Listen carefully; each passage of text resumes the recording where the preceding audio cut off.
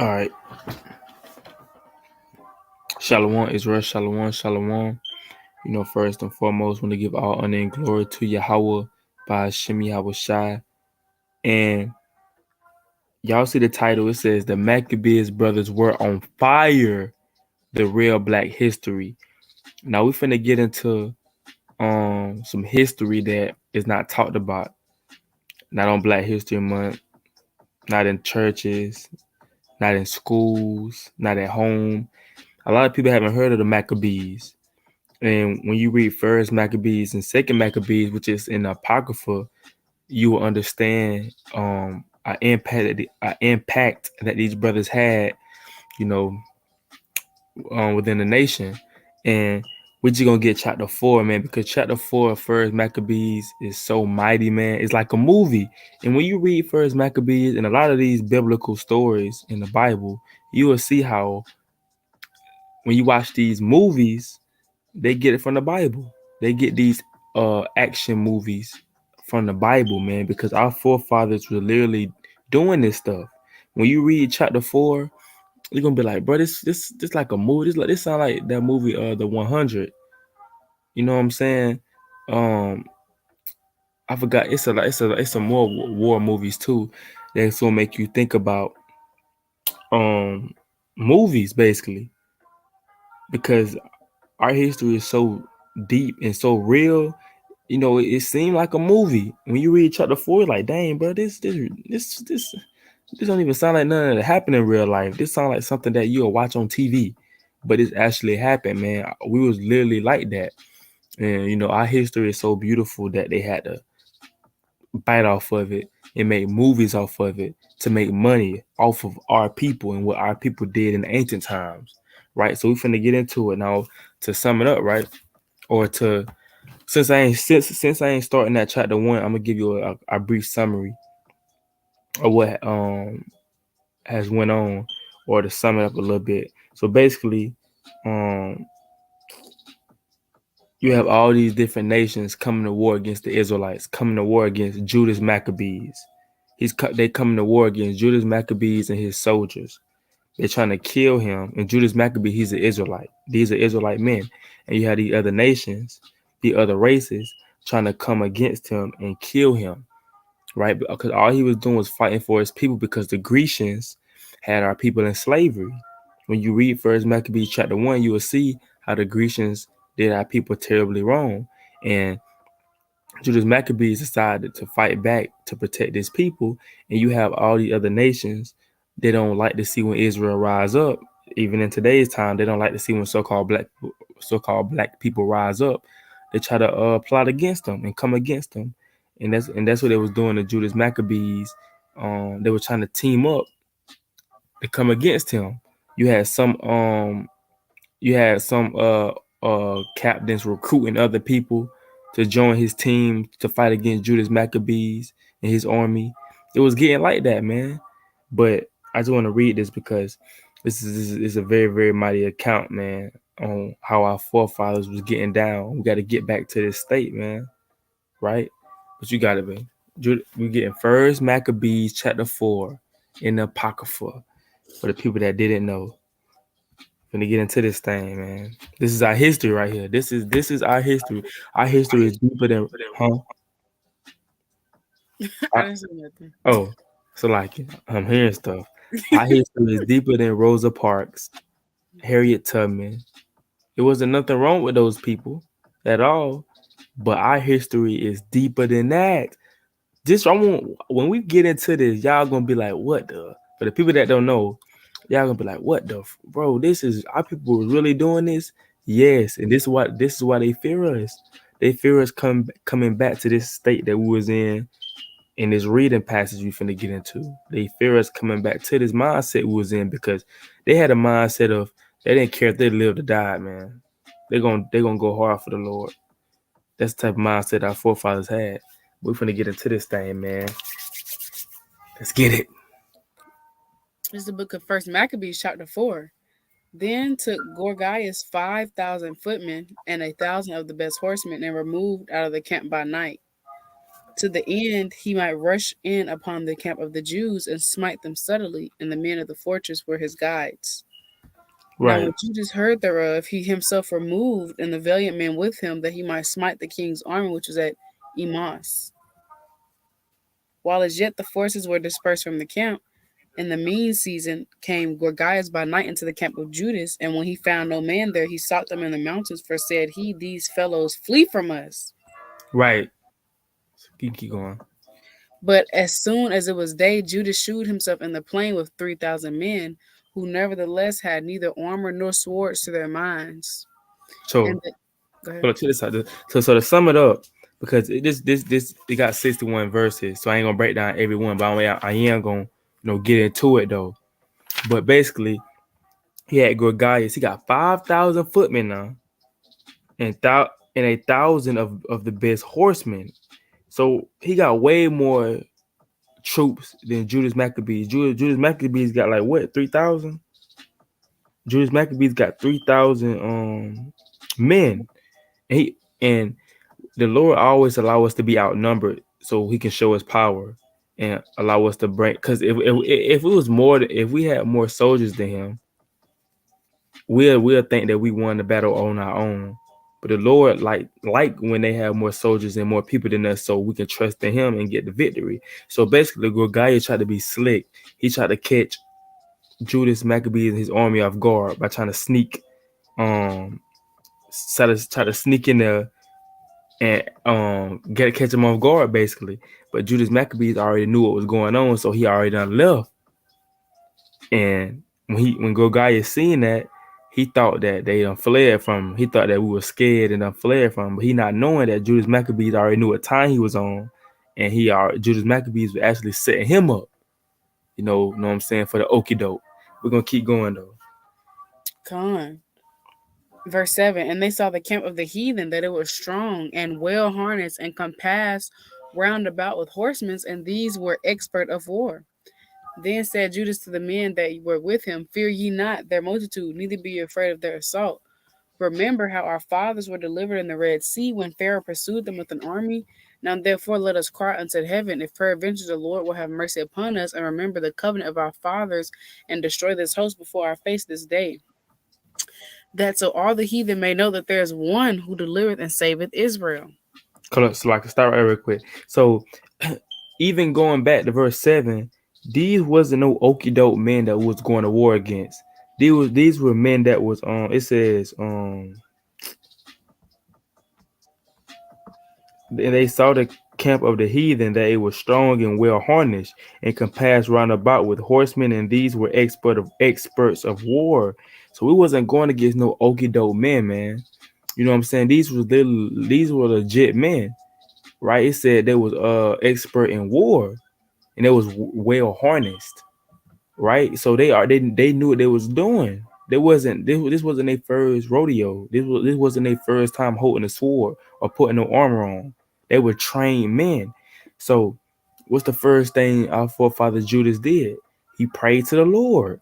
He didn't just go. He didn't just put his foot in there and be like, "We got this, guys. Let's go up in there and kick some butt." No, he called upon the Lord. He prayed to the Most High God. He talking to the Most High God right now, right?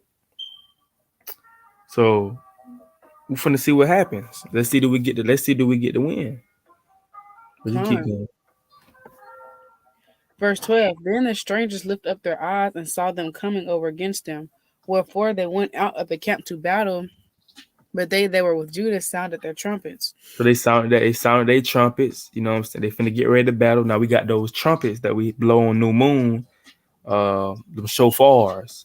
They were blowing them shofars. And that means that's a sign of war right there, man. Them shofars is a sign of war. Letting them know, hey man, it's finna get real out here. That's how our forefathers was. But you got it. So they joined battle, and the heathen, being discomfited, fled into the plain.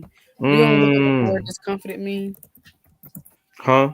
You want to look at what the word discomfort mean? Con, hey, bring it out. Bring it out, Con. It says make someone uneasy or embarrassed, So dang. So confused, distressed, upset, disorientate, rattle. so hey, man, that's that. Think about it. Our forefathers was blowing those trumpets so loud and so mighty that the heathen heard them and was, shook, scared. They didn't know what to do just by hearing them trumpets. We didn't even do nothing yet. And there was way more than us, and it was skilled men. But they heard those trumpets and they got scared. They didn't know what to do and they fled. That's the power of the Lord, man. This our forefathers. Don't it sound like something off a movie already? Off a war movie? This stuff happened. What you got? Con, howbeit all the hen, most of them were slain with the sword, for they pursued them unto Gazera and unto the plains of Idume and Azotus and and Ammania, so that there were slain of them upon 3,000 men. This done, Judas returned again with his host from pursuing them, and said to the people, "Be not greedy of the spoils, inasmuch as there is a battle before us." And So Gorgias, go ahead. it's like to say this real quick. So we were slaying them boys, man. We killed 3,000 of them men. Shoot, it was only 3,000 of us. And we killed 3,000 of they soldiers, man. And we start, this how you know we Israel, man. This how you know we the people of the Bible. Because we kicking their butt now. We going crazy. But you had some of our men during the middle of the battle. Now we still fighting them boys. They looking at the spoils. They trying to get the gold. They done stopped fighting and done seen some nice things that the heathen that had, and they start trying to take some of it. But Judas basically telling them, "Hey man, hold up. Now we still in the battle. Now don't forget we still battling. We'll come back and get this gold. We'll come back and get these garments whenever we finish battling. Get y'all heads straight." He had to get them our heads up and wake them up because they caught up in the gold. They done gave up. They done forgot they was in war. They know this our people, man. When we see some gold, we gonna stop what we doing and be like, hold up, now that's a nice watch now. That's a nice garment now. What size this is, bro? We were whooping them. We was whooping them so bad we didn't even care no more. We forgot we was in battle. Right? But you got it. Con. And Gorgias and his host are by, I'm going to start at 17 again. And said to the people, "Be not greedy of the spoils, inasmuch as there is a battle before us. And Gorgias and his hosts are here by us in the mountain. But stand ye now against your enemies and overcome them. And after this you may boldly take the spoils." And Mm. Judas was yet speaking these words. There appeared a part of them looking out of the mountain, who, when they perceived that the Jews had put their host to flight and were burning the tents, for the smoke that was seen declared what was done. When therefore they perceived these things, they were sore afraid, and seeing also the host of Judah in the plain ready to fight, they fled everyone unto the land of strangers. So they fled. And they seen Judas and them wasn't playing no games. And I'm gonna say this again. They had way more soldiers than we had. But it's just that spirit that we had on us, man. And all these men probably wasn't as they probably wasn't all 6'8", 230 straight muscle. No, you probably had men 5'6", 5'11", 135, going to war with Judas. You know what I'm saying? And going to war with him on his side. And they little, but they had that spirit on them. They didn't care whether they lived or died. They're trying to fight for their brother. And that spirit that was on us terrified the heathen, man, because they like, dang, bro, they don't care if they live or die. They serious about what they talking about. They really trying to go to war against us. They fear that, man. They fear that spirit that we had on us. They couldn't handle that. But you got it. They fled. They're running from us. Con. Then Judas returned to spoil the tents, where they got much gold and silver and blue silk and purple leather sea and great riches. So they After went this, it's like it. So they went back and got the spoils that what I'm saying that they were trying to get during the fight. So Judas, he was a man of his word, so he allowed them to go back and get the spoils that they was trying to get during the war. But you got it. Con. After this, they went home and sung a song of thanksgiving and praised the Lord in heaven, because it is good, because his mercy endureth forever. Thus Israel had a great deliverance that day. W, you Now got all that the W. now all the strangers that had escaped came and told Lysias what had happened, who, when he heard thereof, was confounded and discouraged, because neither such things as he would were done unto Israel, nor such things as the king commanded were come to pass. The next year, therefore, following, Lysias gathered together 300,000 choice men of foot and 5,000 horsemen that he might subdue them. Right. So Subdue, going, it's like you're going back to verse 26. He was upset. The Lysias was upset because he basically thought we was gonna die. He wanted stuff bad to happen to us, man. Then when he found out that we won, and he said he was confounded and discouraged, but he didn't know what to say because he was talking all that talk before the war, how they was gonna stump us, how they was gonna kill us. You know what I'm saying? I know he was talking crazy, but he found out we won the war and that we still standing. He was confounded, couldn't say nothing, sad, mad, upset. He didn't know what to say, man, because we came out on top, right? And he said, oh, can we read 28, baby? the next year, therefore, following, Lysias gathered together 300,000 choice men of foot and 5,000 horsemen that he might subdue them. Right. So he's trying to gain more soldiers. He's trying to get more soldiers just to beat little old us. They literally getting everybody just to beat little old us. That's how you know we powerful, man. We powerful. They can't beat us fairly.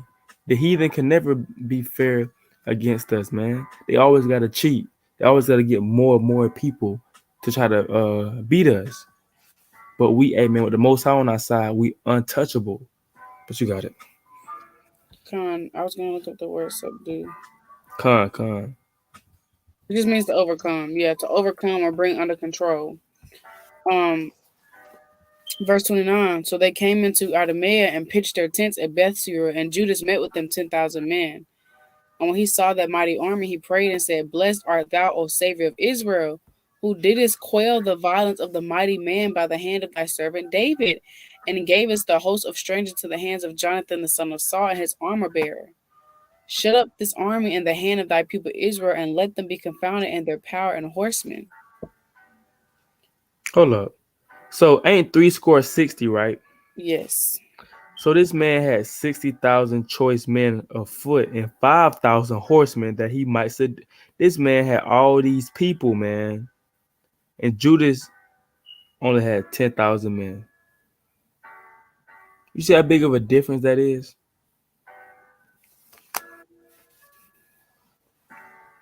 See that? Wow. I just caught that. I had to go back. I had to go back and read that. We always had the least amount of people in our army, but we always end up getting the victory, man. This is our people right here. This black history right here, right? This is black history right here. What you got? Con. Verse 31. Shut up this army in the hand of thy people Israel, and let them be confounded in their power and horsemen. Make them to be of no courage, and cause their boldness or their strength to fall away, and let them quake at their destruction. Cast them down with the sword of them that love thee, and let all those that know thy name praise thee with thanksgiving. So they joined battle, and there were slain of the host of Lysias about 5,000 men. Even before them were they slain. Not five. We knocking them boys off, man. Stop playing. We knocking them boys off. Thought they were finna come and try to sneak us and try to kill us and try to.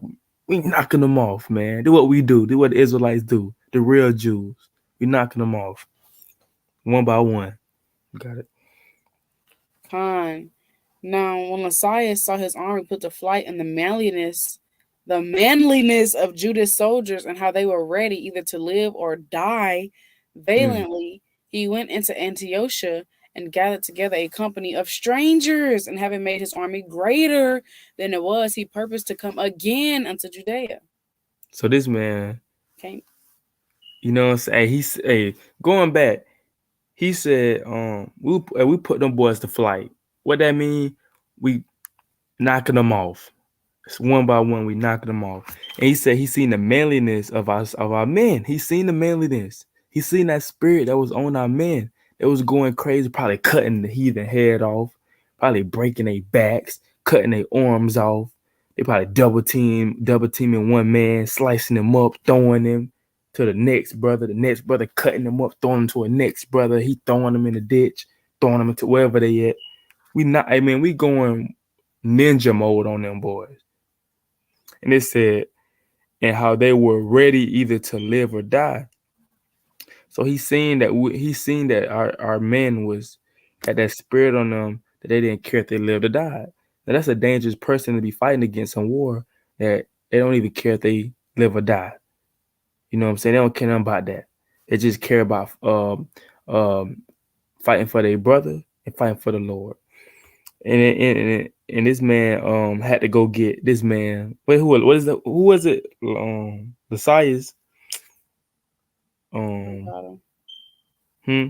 What about him? He had to go get. It said Oh yeah, he had to go get some strangers that he don't even know. right. It said he gathered together a What? company of strangers. So Oh, you had some. I was just gonna say he already had 6,000. They said he went to go get strangers to make an even bigger army, so he was going to get over 65,000 people. This man was trying to stack up for little old us, man. He tried to go get all. He getting randoms. He's going to get random strangers, people he don't know. Hey, I give you this amount of money if you come. I give you this amount of money if you come and fight, help me fight in this war. I give you this if you come help me fight in this war. You don't know what he was saying to these people, man. But you gotta be. Verse 36. Then said Judas and his brethren, behold, our enemies are discomfited. Let us go up to cleanse and dedicate the sanctuary. Upon this, all the hosts assembled themselves together and went up into Mount Zion. And when they saw the sanctuary desolate and the altar profane and the gates burnt up and shrubs growing in the courts as in a forest or in one of the mountains, yet and the priest's chambers pulled down, they rent their clothes and made great lamentation and cast ashes upon their heads and fell down flat to the ground upon their faces and blew an arm with the trumpets and cried towards heaven. So, you know what I'm saying? So they destroyed our sanctuary. That's how much the heathen hate us, man. They done came into Zion, our homeland, and destroyed our sanctuary. They burnt everything. They were burning stuff down. They profaned it. You know, they probably was peeing all in it, spitting all in it, throwing stuff around. In our sanctuary, now, in our homeland. That's what the heathen did to it. Right. So our people are in mourning stage right now. They upset about that. They crying about that, man. But you gotta be Crying to the Lord crying and to the fell. Lord. And then Judas appointed certain men to fight against those that were in the fortress until he had cleansed the sanctuary. So he chose priests of blameless conversation, such as had pleasure in the law, who cleansed the sanctuary and bear out the defiled stones into an unclean place. So that man Judas had big dog status, man. He commanded. You know how you know he the big dog. Verse 41 said, Then Judas appointed certain men to fight against those that were in the fortress until he had cleansed the sanctuary. So he don't even gotta be there, man. You know what I'm saying? He got other Israelite men that's gonna be out there going crazy. He don't even gotta be out there. Because he in the sanctuary, right? But you gotta I just want to say that. That's mighty. Con, so like verse 44, and when as they consulted what to do with the altar of burnt offerings which was profane, they thought it best to pull it down lest it should be a reproach to them because the heathen had defiled it, wherefore they pulled it down and laid up the stones in the mountain of the temple in a convenient place until there should come a prophet to shew what should be done with them. Then they took whole stones according to the law and built a new altar according to the former, and made up the sanctuary and the things that were within the temple and hollowed the courts.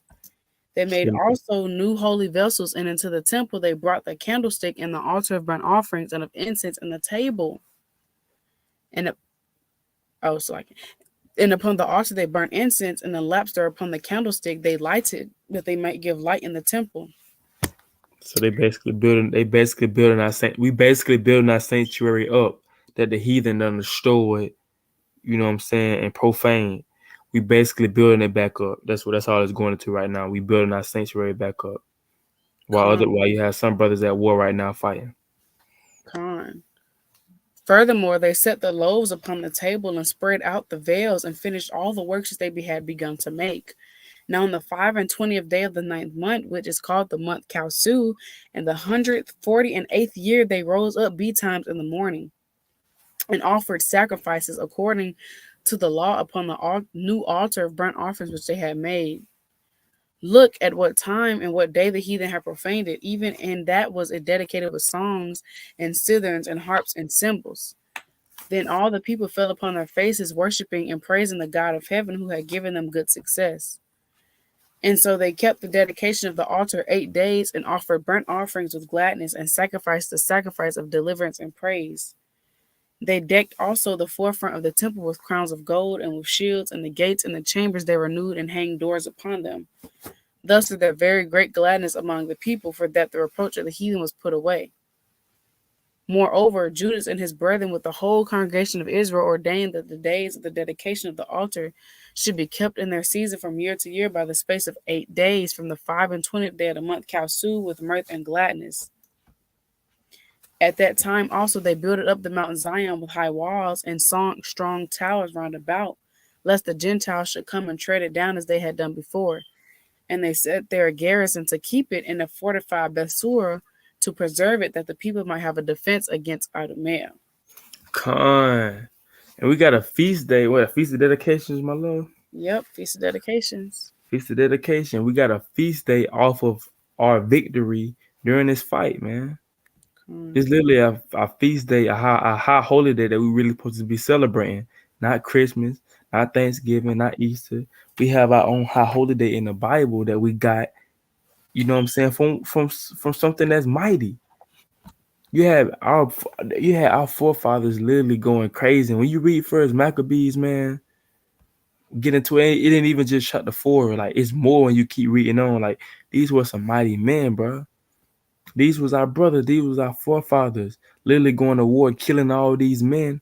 And they had way more soldiers than we had. This is where they get these movies from. Like, let me see what the movie is. They get that movie. I had a precept, by the way. That movie 300. It's like it. That movie 300. That's where they get that movie 300 from. They get it from the Bible. They get it from First Maccabees, man. But they put their own twist to it. These were our brothers, man. These were our men, man. You know what I'm saying? I never heard of that movie. You never heard of it? Nope. This is where they get it from. And Spy Kids, they get that when you read the book of what book was that? Joshua, when you read the book of Joshua, how they were spying out things, spying out before they attack. They get that for certain movies too. They get that Spy Kids. Got that from the book of Joshua. You know, um, they got a lot of movies that they got from the scriptures, man. Just from that act on First Maccabees alone, they done made a lot of movies based off that time in history when our people was going crazy in war, man. But you got it. Con, Exodus 1 and 9. And he said unto his people, behold, the people of the children of Israel are more and mightier than we.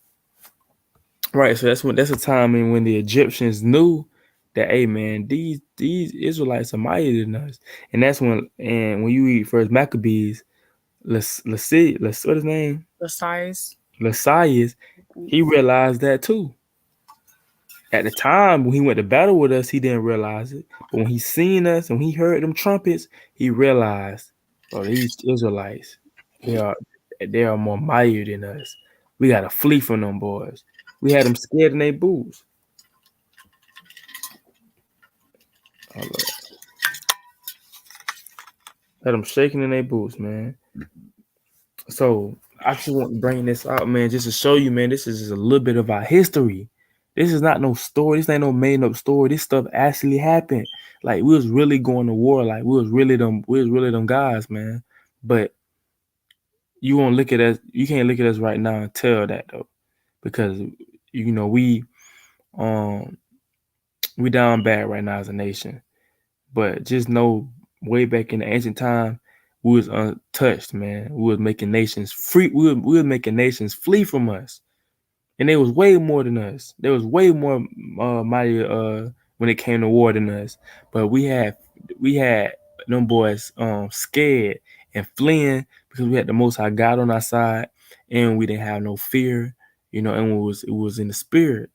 And when you in the spirit and you don't care if you live or die, that you ready that you gonna die for them commandments, that you gonna die for the Most High God, it's dangerous. It's dangerous to fight against somebody like that, right? So Lord willing, this was edifying. Hope brothers and sisters read first Maccabees and second Maccabees and Apocrypha. And if you don't have the Apocrypha, you can get the KJVA app. KJVA as an Apple. You can get the app on the App Store and download it, and the Apocrypha is on there, so you don't have to buy it. It's on the App Store. So definitely get that and read first Maccabees and second Maccabees, and that's going into our people.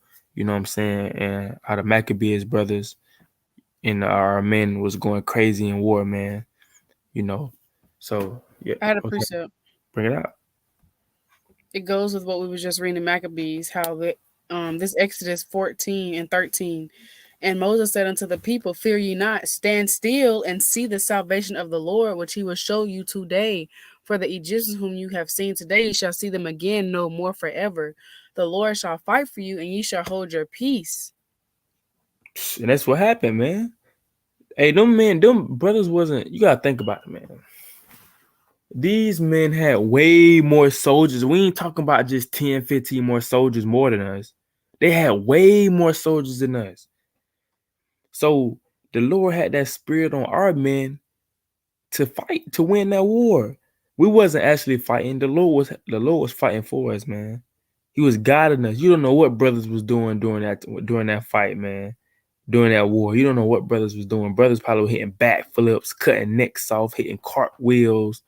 You don't know what they was doing, picking up boulders or rocks and throwing on the heathen. You don't know what they was doing because the Lord had that spirit on them. They technically had spiritual powers out there fighting. Let me get that precept. But you I got have it. another precept. That's the spirit. Bring it out. It's Second Kings chapter 6, and I'm gonna start at verse 14. Therefore sent he thither horses and chariots and a great host, and they came by night and compassed the city about. And when the servant of the man of Yahweh was risen early and gone forth, behold, an host compassed the city, both with horses and chariots. And his servant said unto him, alas, my master, how shall we do? And he answered, fear not, for they that be with us are more than they that be with them. And Elisha prayed and said, Lord, I pray thee, open his eyes that he may see. And the Lord opened the eyes of the young man, and he saw, and behold, the mountain was full of horses and chariots of fire round about Elisha. See that? Hey, man. Hey, that's how the Most High operate, right? And all these stories in the Bible are from our people. These are our forefathers. These stories actually happened. We are a very special people. Deuteronomy 7:6. We are a chosen people. That's why we don't learn about our history in school because it's in the Bible the whole time. They don't teach you though. Mm. They don't teach you. That man had angels with him, man. Give me Psalms 91:11, babe. Man had them angels with him. Mm-hmm. That's a mighty account too. Mm-hmm.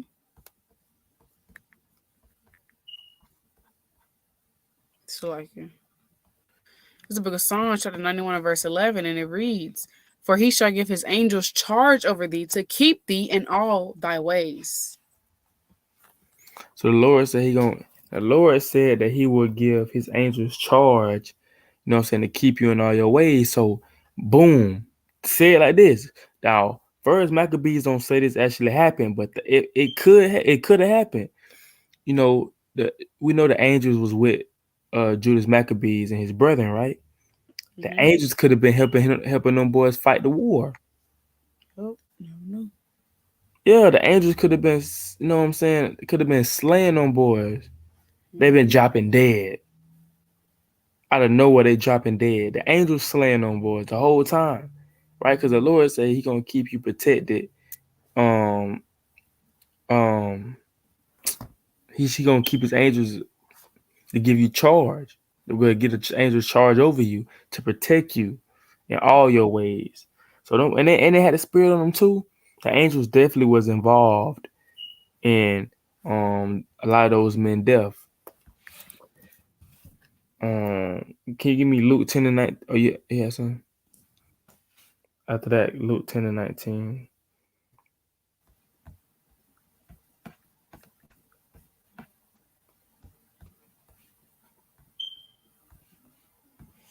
This is the book of Luke, chapter 10, verse 19. Behold, I give unto you power to tread on serpents and scorpions and over all the power of the enemy, and nothing shall by enemies hurt you.